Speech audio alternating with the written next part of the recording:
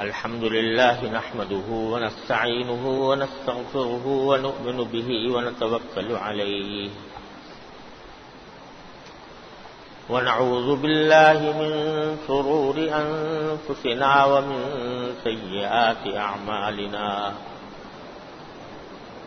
من يهده الله فلا مضل له ومن يضلله فلا هادي له وأشهد أن لا إله إلا الله وحده لا شريك له وأشهد أن سيدنا وسندنا ونبينا ومولانا محمدا عبده ورسوله صلى الله تعالى عليه وعلى آله وأصحابه وبارك وسلم تسليما كثيرا. أما بعد فأعوذ بالله من الشيطان الرجيم. بسم الله الرحمن الرحيم. الحمد لله رب العالمين الرحمن الرحيم مالك يوم الدين إياك نعبد وإياك نستعين اهدنا الصراط المستقيم صراط الذين أنعمت عليهم غير المغضوب عليهم ولا الضالين.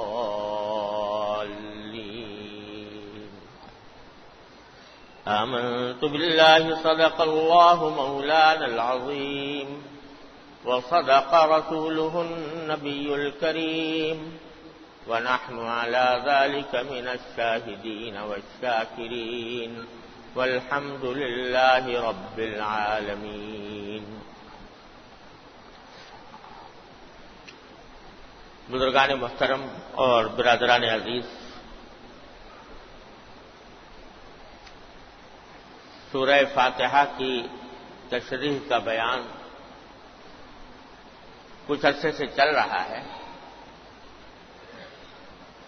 اور اب تک سورہ فاتحہ کی 3 آیتوں کا بیان ہوا ہے، یعنی الحمدللہ رب العالمین الرحمن الرحیم مالک یوم الدین.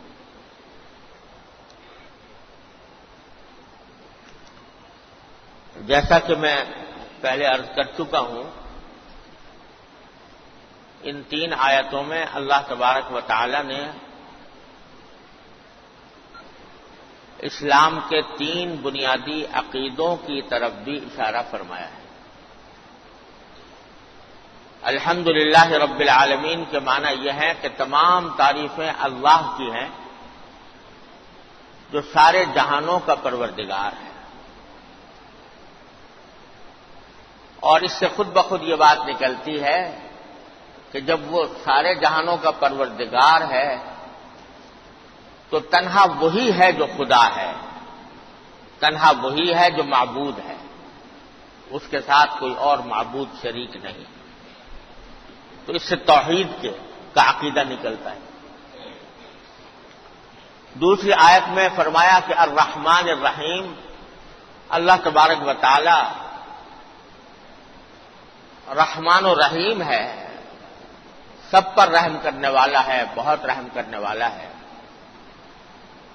تو اس کی رحمت کا تقاضا یہ ہے کہ وہ انسان کو دنیا میں بھیج کر اندھیرے میں نہ چھوڑے، بلکہ اس کو یہ بتائے کہ اسے اس دنیا میں کس طرح زندگی گزارنی ہے. اور اسی کام کے لیے اللہ تبارک و تعالی نے پیغمبروں کا سلسلہ جاری فرمایا. انبیاء کرام علیہم الصلوۃ والسلام بھیجے، ان پر کتابیں اتاری تاکہ ان کے ذریعے انسان کو بتایا جائے کہ اس دنیا میں اسے کس طرح زندہ رہنا ہے. لہذا اس دوسری آیت سے رسالت کا عقیدہ نکلتا ہے. تیسری آیت مالک یوم الدین، میں فرمایا کہ اللہ تبارک و تعالی یوم حساب کا مالک ہے، اس دن کا مالک ہے جبکہ انسانوں کے تمام اعمال کا حساب ہوگا، محاسبہ ہوگا۔ تو اس میں آخرت کا عقیدہ بیان فرمایا گیا کہ یہ زندگی جس میں تم وقت گزار رہے ہو، یہ ایسا نہیں ہے کہ بس یہیں جی کر اور سو کر اور جاگ کر اور کھا کر اور پی کر معاملہ ختم ہو جائے، بلکہ ایک وقت آنے والا ہے کہ اس زندگی کے بعد ایک دوسری زندگی آنے والی ہے جو ابدی زندگی ہے، دائمی زندگی ہے، ختم ہونے والی نہیں ہے۔ اور اس زندگی میں اللہ تبارک و تعالیٰ تم سے اس دنیا کی زندگی میں کیے ہوئے کاموں کا حساب لیں گے۔ یہ نہ سمجھو کہ جو تم کچھ کر رہے ہو یا جو زبان سے بات نکال رہے ہو وہ ہوا میں اڑ کر فنا ہو جاتی ہے، نہیں۔ ما یلفظ من قول الا لدیہ رقیب عتید، قرآن کریم فرماتا ہے اذ یتلقی المتلقیان عن الیمین وعن الشمال قعید، ما یلفظ من قول الا لدیہ رقیب عتید، کہ دو اللہ کے تعالیٰ کی طرف سے دو فرشتے مقرر ہیں، قرآن کہتا ہے، ایک دائیں جانب اور ایک بائیں جانب بیٹھا ہے۔ جو کچھ تم کر رہے ہو سب ریکارڈ ہو رہا ہے اللہ تبارک و تعالیٰ۔ اور ما یلفظ من قول، انسان اپنی زبان سے کوئی بات نکالتا ہے، کوئی بھی بات نکالے، الا لدیہ رقیب عتید، مگر اس کے سامنے ایک نگہبان مقرر ہے جو ہر وقت تیار ہے اس کی بات کو ریکارڈ کرنے۔ کیا لفظ اسے زبان سے نکالا ہے، کیا بات کہی ہے، اس کو وہ ریکارڈ کر رہا ہے۔ اور آخرت میں جب پہنچو گے اللہ تبارک و تعالیٰ کی بارگاہ میں تو وَوَجَدُوا مَا عَمِلُوا حَاضِرًا، قرآن کہتا ہے جو کچھ عمل کیا تھا سب اپنے سامنے موجود پاؤ گے۔ جو کچھ عمل کیا تھا بالغ ہونے سے لے کر اور مرتے دم تک جو جو کام کیے تھے وہ سارے کے سارے تمہارے سامنے موجود ہوں گے، سب دکھا دی جائے گی، فلم دکھا دی جائے گی اس کی کہ کیا کیا کرتے رہے ہو۔ جو مجمع میں کیا تھا وہ بھی اور جو تنہائی میں کیا تھا وہ بھی، وہ سب دکھا دیا جائے گا۔ وَوَجَدُوا مَا عَمِلُوا حَاضِرًا، جو کچھ عمل کیا تھا وہ سب اپنے آنکھوں کے سامنے حاضر پائیں گے لوگ۔ وَلَا يَظْلِمُ رَبُّكَ أَحَدًا، اور تمہارا پروردگار کسی پر ظلم نہیں کرے گا، جیسے اعمال ہوں گے ویسا ہی انجام بھی ہوگا، جو کچھ یہاں بو گے وہی وہاں پر کاٹو گے۔ تو یہ آخرت کا عقیدہ ہے جو اس مالک یوم الدین کا لفظ استعمال کر کے اللہ تبارک و تعالیٰ توجہ دلائی ہے قرآن کی سب سے پہلی سورت میں، اس سورت میں جو ہر نماز کی ہر رکعت میں پڑھی جاتی ہے کہ یاد رکھنا یہ دنیا یہاں ختم ہو جانے والی نہیں ہے، ایک وقت آئے گا جب تمہیں اپنے ایک قول و فعل کا حساب دینا ہوگا۔ مالک یوم الدین، وہ مالک ہے اس دن کا۔ تو توجہ اس پہلی ہی صورت میں اللہ تعالیٰ نے دلا دی کہ اپنا ہر کام کرتے وقت دھیان رکھو گا کسی وقت اس کا جواب دینا ہے اللہ تعالیٰ کے سامنے۔ لہذا اللہ تبارک و تعالیٰ ہی کے احکام کے مطابق، اس کی دی ہوئی تعلیمات کے مطابق، اس کے بیان کیے ہوئے آداب کے مطابق اس دنیا میں زندہ رہنا ہے۔ اب سوال پیدا ہوا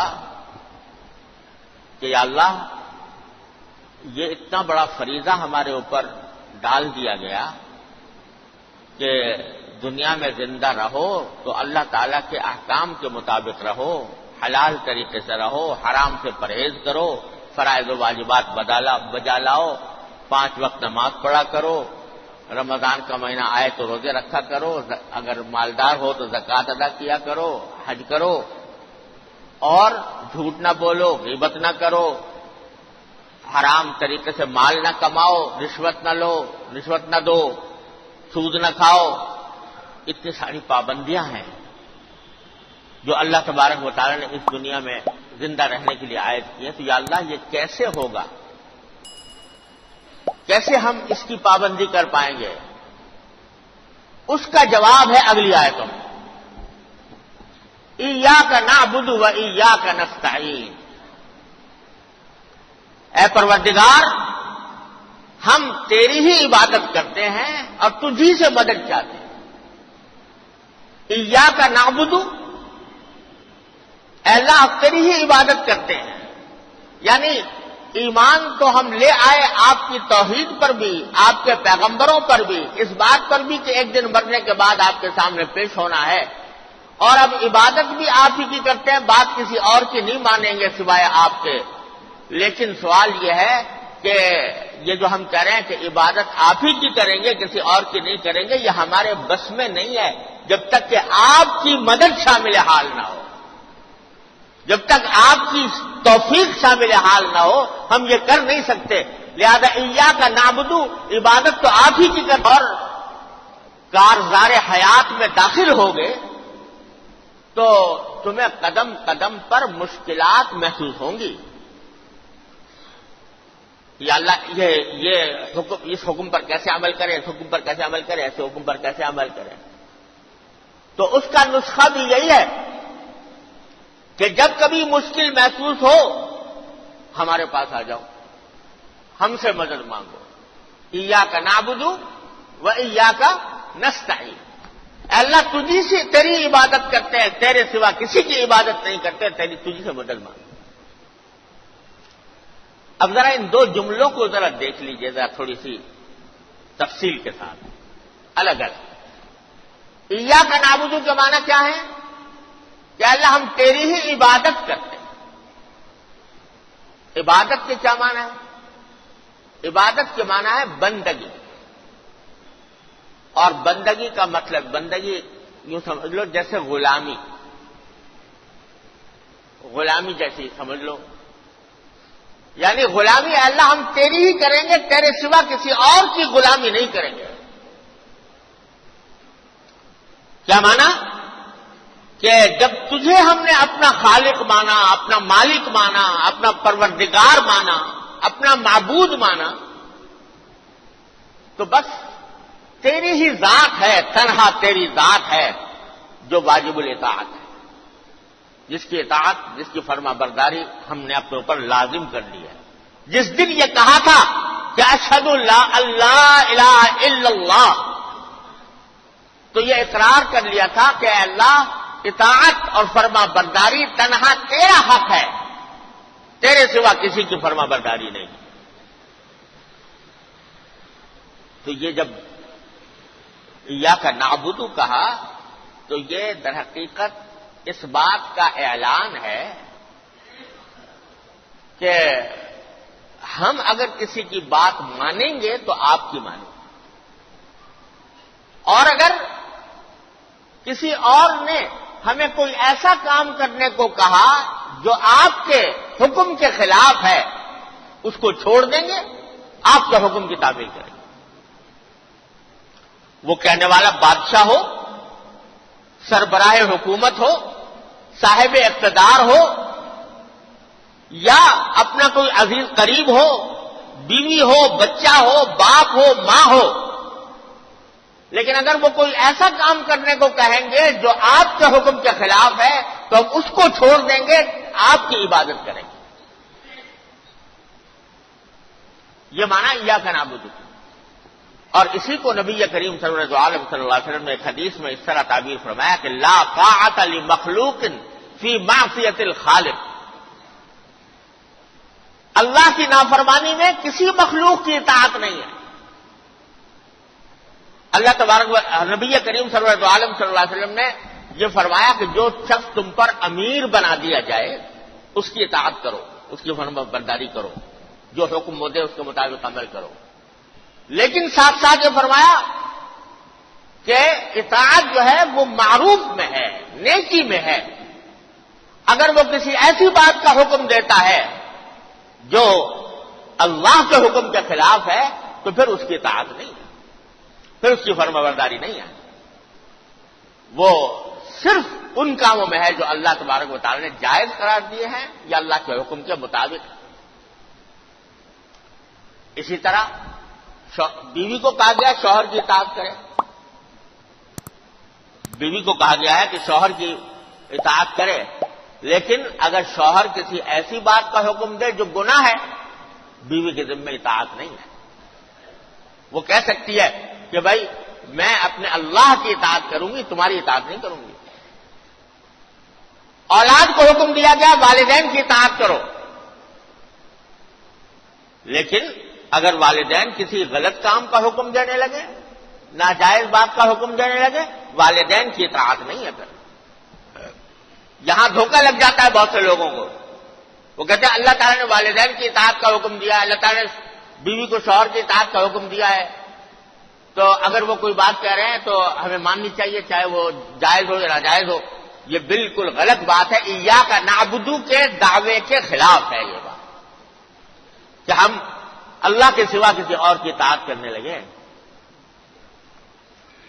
پھر اس کے سوا کوئی راستہ نہیں ہے کہ اس کے حکم کو چھوڑا جائے اور اللہ تبارک و تعالیٰ کے حکم کو بالا قرار دیا جائے، بالا دست قرار دیا جائے، اسی کی تعمیل کی جائے. اللہ تبارک و تعالیٰ نے بے شک فرمایا ہے کہ والدین کی اطاعت کرو. قرآن کریم میں آیا ہے، نبی کریم صلی اللہ علیہ وسلم کے عہد مبارک میں مکہ مکرمہ میں ایسی بہت سی صورتیں پیدا ہوئی تھیں کہ اولاد مسلمان ہو گئی اور ماں باپ کافر تھے. ماں باپ کافر تھے اور یہاں تک نوبت آ گئی بعض جگہوں پر کہ ماؤں نے یہ کہہ دیا بیٹے سے کہ تو نبی کریم صلی اللہ علیہ وسلم کے دین کو چھوڑ دے اور ہمارے دین میں واپس آ جا، اور جب تک تو نبی کریم صلی اللہ علیہ وسلم کی بات کا انکار نہیں کرے گا اس وقت تک میں کھانا نہیں کھاؤں گی. بھوک ہڑتال کرتی کہ اگر تو واپس نہیں آتا تو بھوک ہڑتال نہیں کھاؤں گی کرنا. جہاں تک کہہ دیا اولاد. وہ اولاد حاضر ہوئی نبی کریم صلی اللہ علیہ وسلم کی خدمت میں کہ یا رسول اللہ اس مشکل میں پھنس گئے. ماں باپ یوں کہہ رہے ہیں اور ایک طرف اللہ تبارک و تعالیٰ کا حکم ہے، کیا کریں؟ تو قرآن کریم کی آیات نازل ہوئی. آیات نازل ہوئی وَوَصَّيْنَا الْإِنسَانَ بِوَالِدَيْهِ حُسْنًا. ہم نے انسان کو حکم دیا ہے کہ وہ اپنے والدین کے ساتھ اچھا برتاؤ کرے. ہے نا؟ کیا ہے اس کے بعد؟ وہ وضاحت ہو پورا. اور اس کی ماں نے اس کو مشکل سے پیٹ میں اٹھایا تھا، مشکل سے اس کو جنم دیا تھا.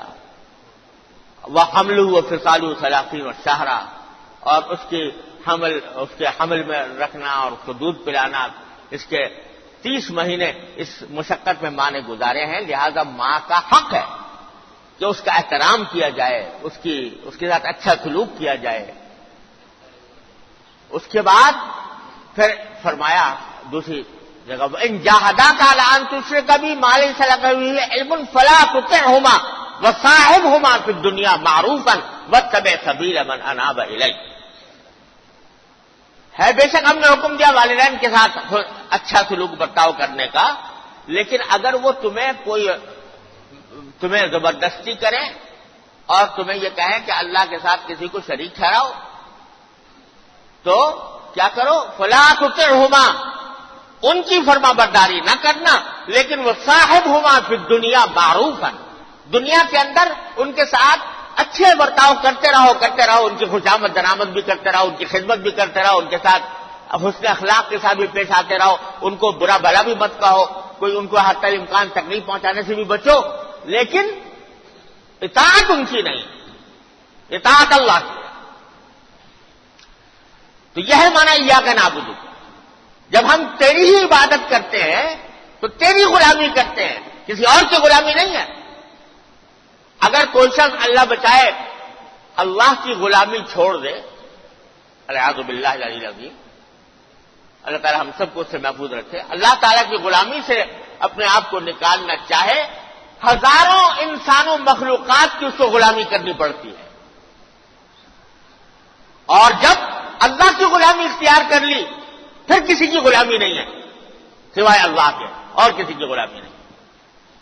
اقبال نے بڑی اچھی بات کہی ہے، یہ ایک سجدہ جسے تو گراں سمجھتا ہے، یہ ایک سجدہ جسے تو گراں سمجھتا ہے، ہزار سجدوں سے دیتا ہے آدمی کو نجات۔ ایک سجدہ جو اللہ کے سامنے کر لیا اس کے بعد پھر ہزار سجدوں سے نجات مل جاتی ہے، پھر کہیں یہ پیشانی سوائے اس بارگاہ کے کہیں اور نہیں ٹکتی، نہ کہیں جھکتی ہے نہ کہیں ٹکتی ہے۔ یہ معنی ہے ایاک نعبد۔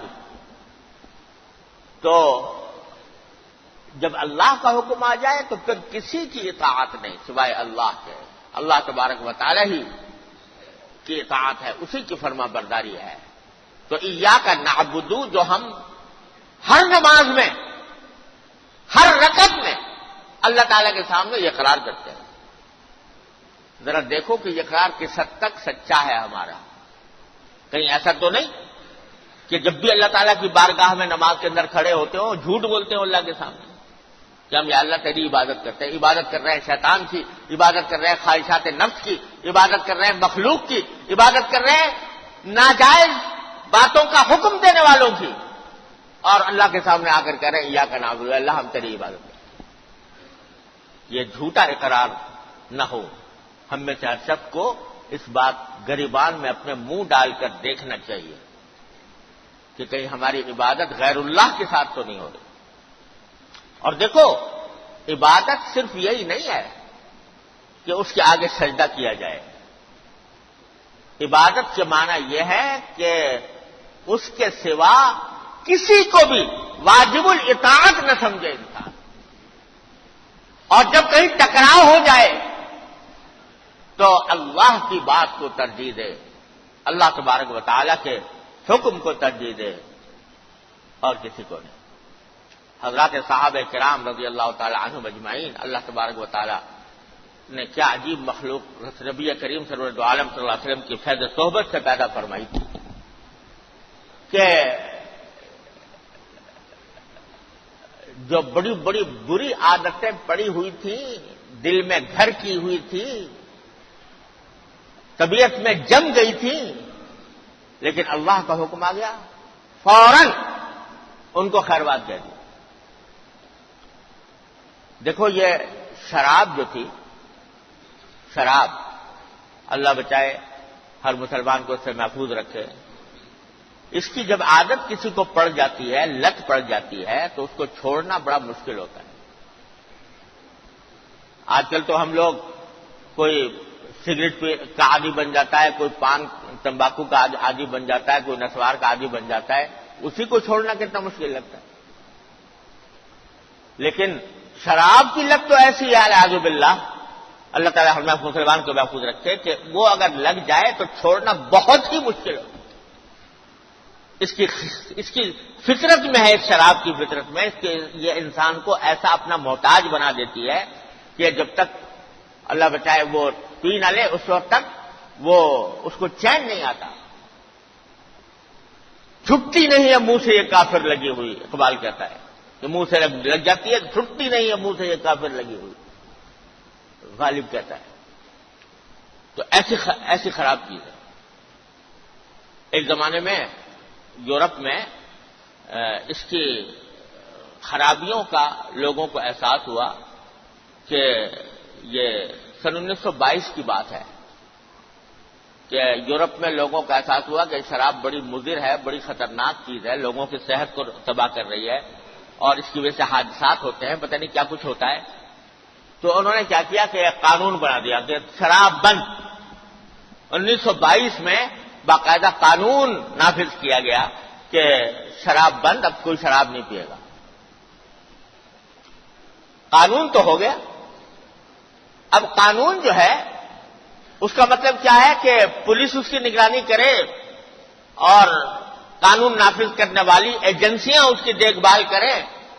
لوگوں نے پولیس کے سامنے تو شراب پینی چھوڑ دی، نافذ کرنے والی ایجنسیوں کے سامنے چھوڑ دی، اپنے گھروں میں بٹیاں بنا لی، گھروں میں بٹیاں بن رہی ہیں اور شراب کشید ہو رہی ہے اور لوگ پی رہے ہیں گھروں میں۔ پہلے تو کارخانوں میں بنتی تھی، تو کارخانوں میں بننے کی صورت میں ذرا صفائی ستھرائی کا کچھ اہتمام ہو جاتا تھا، لیکن اب گھر کے اندر بننے لگی تو اس میں گندگی بھی پیدا ہو گئی، اس میں اور زیادہ مضرتیں پیدا ہونے لگی. چھوڑی کسی نے نہیں، ایک فرد نے بھی نہیں، کیونکہ قانون کا ڈنڈا انسان کو مجمع کے اندر گناہ کرنے سے تو روک سکتا ہے، لیکن جنگل کی تنہائی میں اور رات کی تاریکی میں اس کے اوپر کون پہرا بٹھائے؟ وہ پہرا بٹھانے والی چیز تو ایک ہی ہے، اور وہ ہے اللہ جل جلالہ کے سامنے جواب دہی کا احساس، جو انسان کو جنگل کی تنہائی میں بھی، رات کی تاریکی میں بھی اس کے دل پر پہرے بٹھاتا ہے. وہ موجود نہیں تھا. نتیجہ یہ کہ کچھ ہی عرصے کے بعد قانون واپس لینا پڑا کہ جی ہم فیل ہو گئے، ہم نہیں بند کروا سکتے، اور پھر قانون واپس لینا پڑا. آئیے عرب لوگوں کی طرف، جس میں سرکار دو عالم صلی اللہ علیہ وسلم تشریف لائے تھے، جس معاشرے میں وہاں شراب کا یہ عالم تھا کہ شراب ان کی گھٹی میں پڑی ہوئی تھی. وہ اس کے اوپر ناز کرتے تھے کہ ہم بڑے شراب پینے والے لوگ. اور اس طرح پڑی ہوئی تھی کہ شراب کے لیے عربی زبان میں 200 لفظ ہیں، ان کی اپنی زبان میں 200 لفظ ہیں شراب کو. یہ شراب جو صبح کو پی جاتی ہے اس کا الگ نام ہے، جو شام کو پی جاتی ہے اس کا الگ نام ہے، جو دوپہر کو پی جاتی ہے اس کا الگ نام ہے، جو کھجور سے بنائی جاتی ہے وہ اس کا الگ نام ہے، جو انگور سے بنائی جاتی ہے اس کا الگ نام ہے، جو پانی ملا کر پی جائے اس کا الگ نام ہے، اور اس میں شہد ملا دیا جائے تو اس کا الگ نام ہے، سرکہ ملا دے تو اور 200 نام ہیں شراب. اتنی محبت شراب. اور شاعر لوگ فخر کے ساتھ کہتے ہیں اذا مصطبحت اربعا ختمی ذری، جب میں صبح کو 4 شراب کے جام چڑھا کر نکلتا ہوں تو زمین پر میرا قمیض جو ہے وہ گھسٹتا ہوا جاتا ہے.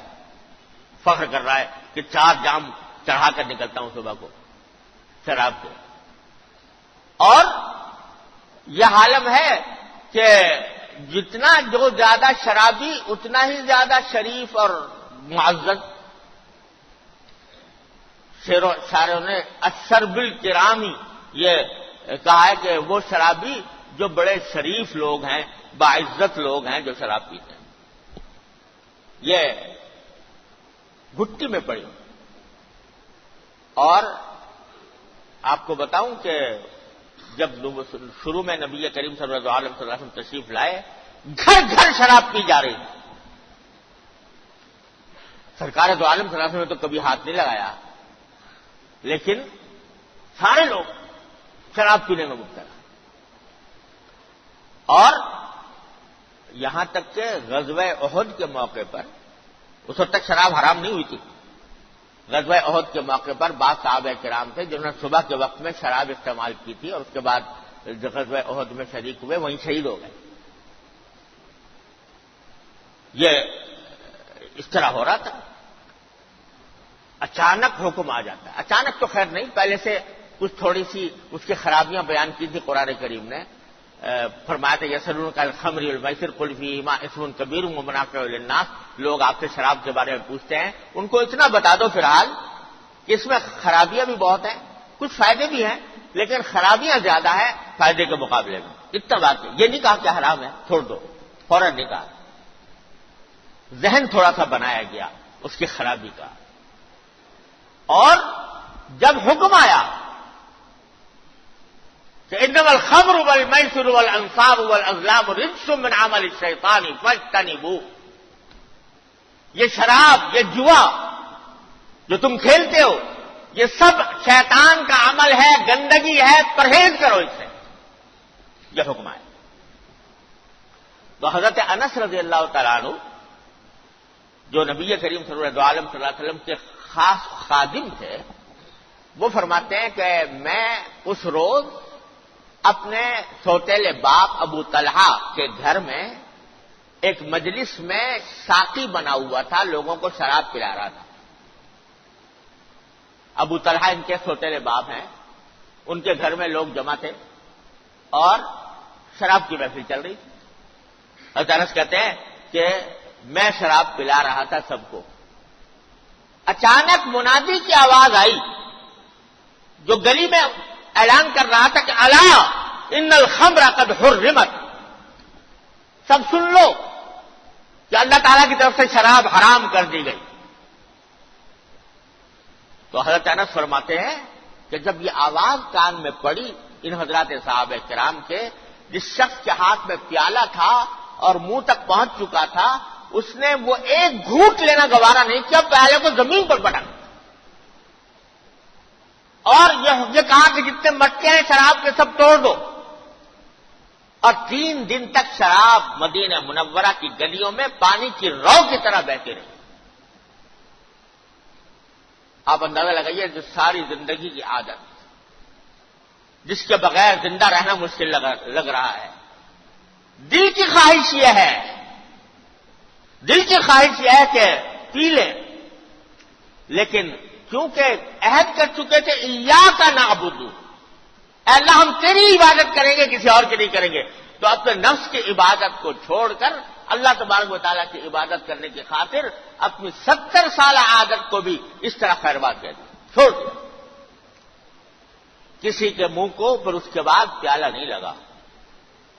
جو برتن رکھے ہوئے تھے، جو پہلی شرابیں رکھی ہوئی تھی، ان کو بھی بہا کر ختم کیا گیا، بیچنا بھی گوارا نہیں کیا کہ بھائی اتنے پیسے لگے ہوئے ہیں، اس کے اوپر کم از کم بیچ دیں، کسی کافر کو بیچ دیں، بیچ کر پیسے کما لیں، نہیں۔ ایاک نعبد، یہ ہے ایاک نعبد، اے اللہ تیرے سوا کسی کی عبادت نہیں۔ حضرت مرثد رضی اللہ تعالیٰ عنہ ایک صحابی ہیں، جس طرح شراب کی عادت تھی اہل عرب میں، اسی طرح نامحرم عورتوں سے تعلقات قائم کر کے اللہ بچائے بدکاری کا بھی ایک عام رواج تھا۔ تو ایک صحابی ہیں مرثد ابن ابی مرثد رضی اللہ تعالیٰ عنہ، وہ ان کی ایک لڑکی سے تعلقات تھے، اور جیسا کہ آزاد اور آوارہ لوگوں میں ہوتا ہے، وہ تعلقات جو ہیں وہ جنسی تعلقات کی حد تک بھی پہنچے ہوئے۔ مسلمان ہو گئے، مسلمان ہونے کے بعد جب کلمہ پڑھ لیا، اللہ تعالیٰ کے سامنے اقرار کر لیا لا الہ الا اللہ اشہد ان لا الہ الا اللہ کا، تو ایک دن جا رہے تھے تو راستے میں وہی عورت ملی، عناق نام تھا اس کا، وہ ملی اور اس نے ان کو گناہ کی دعوت دی، یعنی جیسے پہلے یارانہ تھا چلو۔ تو حضرت مرثد نے جواب میں کہا کہ عناق، اب میرے تمہارے درمیان اسلام حائل ہو چکا ہے، میں اللہ پر ایمان لا چکا ہوں، اب میں تمہارے ساتھ وہ تعلقات برقرار نہیں رکھ سکتا جو پہلے تمہارے درمیان تھے۔ اس نے اپنی محبت کا حوالہ دیا، اس نے اپنے عشق کا حوالہ دیا، اس نے اپنی کہا کہ تمہیں کیا ہو گیا ہے، مگر یہ ٹس سے مت نہ ہو۔ تو اس نے کہا میں تو ساری اپنی زندگی میں تم سے میں نے محبت کیا ہے، تم سے تعلق قائم کیا ہے، تو میں کیسے اب تمہارے بغیر زندہ رہوں گی؟ تو انہوں نے کہا بھائی اگر رہنا ہے تو پر ایک ہی راستہ ہے اس کا کہ تم سے نکاح کر لوں گا، لیکن نکاح بھی میں اس وقت تک نہیں کروں گا جب تک نبی کریم سرورت عالم صلی اللہ علیہ وسلم سے پوچھ نہ لوں کہ ایک غیر مسلم عورت سے نکاح کرنا جائز ہے یا نہیں۔ حضور اقدس صلی اللہ علیہ وسلم کی خدمت میں حاضر ہوئے، آ کر عرض کیا، سارا واقعہ بتایا اور پوچھا کہ یا رسول اللہ یہ صورتحال پیدا ہو گئی، کیا میں اس سے نکاح کر سکتا ہوں؟ آیت کریمہ نازل ہو گئی، حضور نے خاموش رہے تاکہ کوئی جواب آئے اللہ تعالیٰ کی طرف سے، اس وقت تک حکم نہیں آیا تھا۔ آیت کریمہ نازل ہو گئی، لا تنکحوا المشرکات حتی یؤمنن ولأمۃ مؤمنۃ خیر من مشرکۃ ولو اعجبتکم، کہ اے مسلمانوں تم مشرک عورتوں سے، بت پرست عورتوں سے نکاح نہ کرو جب تک کہ وہ ایمان نہ لے آئیں، اور یاد رکھو کہ ایک مومن باندی ایک مشرک آزاد عورت سے زیادہ بہتر ہے، چاہے تمہیں وہ مشرک عورت پسند آ رہی ہو۔ آیت نازل ہو گئی، انہوں نے جا کر کہہ دیا عناق سے کہ بھئی ایک راستہ تھا میرے اور تمہارے درمیان تعلق باقی رہنے کا کہ وہ نکاح ہو جاتا، لیکن آیت اللہ تعالیٰ کی طرف سے حکم آ گیا ہے کہ اب میں تمہارے ساتھ غیر مسلم ہونے کی حالت میں نکاح نہیں کر سکتا، لہذا اب میرا تمہارا راستہ کوئی نہیں سوائے۔ آپ اندازہ لگائیے کہ جذبات، خواہشات کیا کچھ ہوں گے، لیکن اللہ تبارک و تعالیٰ کے حکم کے آنے کے بعد ساری جذبات فنا ہیں، ساری خواہشات دریا برد ہیں۔ کیوں؟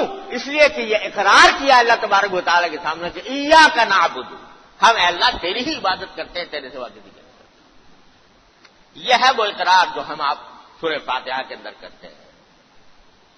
تو بھائی یہ اقرار کو سوچ سمجھ کر کرنا چاہیے اور اس کے تقاضوں پر عمل کرنے کی کوشش کرنی چاہیے۔ آخری بات جو میں اس وقت کہنا، اسی موضوع سے متعلق ایک سے الگ ایک بات کہنا چاہتا تھا۔ آپ کو پتا ہے کہ ساری کافر ملت جو ہے وہ درحقیقت قرآن کریم نے جیسے فرمایا ہے کہ الکفر ملت واحدہ، سارے کافر ایک ہی ملت ہے۔ تو آج کی دنیا میں اور آج کے ماحول میں مسلمانوں کو طرح طرح سے ستانے کا ایک سلسلہ لامتناہی سلسلہ چلا ہوا ہے۔ سیاسی سطح پر ظلم و ستم، مار دھاڑ، غلط پروپیگنڈا، خدا جانے کیا کچھ ہو رہا ہے۔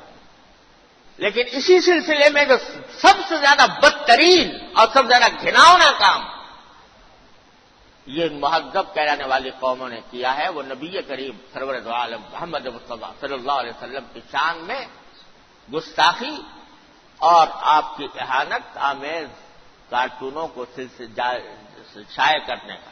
پہلے شائع ہوئے تھے، ساری امت نے احتجاج کیا، تو اب چڑھانے کے لیے ایک نہیں 17 اخباروں نے مل کر حضور رحمت للعالمین سید الاولین والآخرین صلی اللہ علیہ وسلم کی شان میں ایک گستاخی کا ارتکاب کیا۔ اس کا کوئی مقصد سوائے اس کے نہیں ہے کہ مسلمانوں کو چڑھایا جائے۔ دیکھیے، جہاں تک حضور سرور دو عالم صلی اللہ علیہ وسلم کے ذات والا صفات کا تعلق ہے، یہ گستاخ درندے چاہے کتنی گستاخیاں کیا کریں، اس کی عظمت و جلال میں کوئی فرق نہیں آتا، اس کی حرمت میں کوئی فرق نہیں آتا۔ یہ اوچھے ہتھ کنڈے پہلے دن سے کیے جا رہے ہیں سرکار دو عالم صلی اللہ علیہ وسلم کے بارے میں، لیکن اللہ تبارک و تعالی نے فرمایا تھا رفعنا لک ذکرک، کہ اے نبی صلی اللہ علیہ وسلم ہم نے تمہارے ذکر کو بلندی عطا کی ہے۔ بلندی کا مشاہدہ کر لو، اس کرۂ زمین پر کوئی خطہ ایسا نہیں ہے جہاں پر اشہد ان لا الہ الا اللہ، اشہد ان محمد رسول اللہ کی صدائیں نہ گونج رہی ہوں، اور 24 گھنٹے میں کوئی لمحہ ایسا نہیں ہے جہاں دنیا کے کسی نہ کسی خطے میں اشہد ان محمد رسول اللہ کی گواہی نہ دی جا رہی ہو۔ ہر وقت کہیں نہ کہیں اذان ہو رہی ہوتی ہے، ہر وقت کہیں نہ کہیں نبی کریم سرور دو عالم صلی اللہ علیہ وسلم کی شان میں قصیدے پڑھے جا رہے ہوتے ہیں۔ یہ تہذیب اور دیانت اور امانت اور تمیز سے معرہ درندے سرکار دو عالم صلی اللہ علیہ وسلم کے شان میں کچھ بھی گستاخی کیا کریں، اس کی عظمت و تقدیس کے گیت گائے جاتے رہیں گے جب تک یہ آسمان اور یہ زمین قائم ہے۔ آپ کی شان پہ کوئی حرف نہیں آتا اس سے، لیکن اس سے کرنے والے کی دناعت، اس کی خساست، اس کی ذلت اور کمینگی ظاہر ہوتی ہے۔ جس ملک کے لوگوں نے یہ حرکت کی ہے، اس ملک کا حال یہ ہے کہ وہاں اکثر حرامیوں کی ہے، اکثریت حرامی اولادوں کی ہے۔ باپ کا پتہ نہیں ہے کس کا باپ کہاں ہے، ایسا قوم ہے وہ۔ تو اس لیے یہ تو ان کی ضلالت ہے، لیکن ایک مسلمان ہونے کے ناطے نبی کریم سرور دو عالم صلی اللہ علیہ وسلم کا امتی ہونے کے ناطے ہم پر کیا فریضہ عائد ہوتا ہے؟ اگر کہیں سرکار دو عالم صلی اللہ علیہ وسلم کی شان میں گستاخی کی جا رہی ہے تو کیا ہم اتنا بھی نہیں کر سکتے کہ جو قوم یہ گستاخی کر رہی ہے اس کا سامان ہم نہ خریدیں؟ کیا اتنا بھی نہیں کر سکتے کہ اگر وہاں سے مکھن درآمد ہوتا ہے تو مکھن کی درآمد ہم بند کر دیں. اگر وہاں سے کوئی چیز اتنا بھی نہیں کر سکتے سرکار دو عالم صلی اللہ علیہ وسلم کی محبت میں اور آپ کی عظمت کے اقرار میں کہ اس کو ختم کر دیں.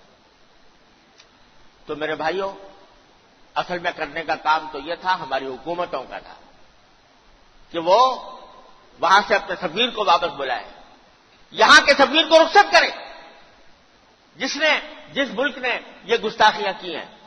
لیکن حکومت کے اوپر ہمارا آپ کا اختیار نہیں ہے، لیکن ہمارے اوپر اتنا اختیار ضرور ہے کہ جب ہم بازار میں کوئی خریدنے کے لیے کوئی چیز جائیں تو اس بات کا عہد کریں کہ اس ملک کی کوئی بنی ہوئی چیز ہم نہیں خریداری کرے گا، اور جو اس ملک کی چیزیں درآمد کرنے والے لوگ ہیں، تاجر ہیں، ان کے اوپر یہ اپنی طرف سے ان کے اوپر زور دیں کہ ان کی درآمد روکیں. کچھ تو ان کو احساس ہو کہ اس درندگی کا جواب امت مسلمہ کی طرف سے کیا دیا گیا ہے.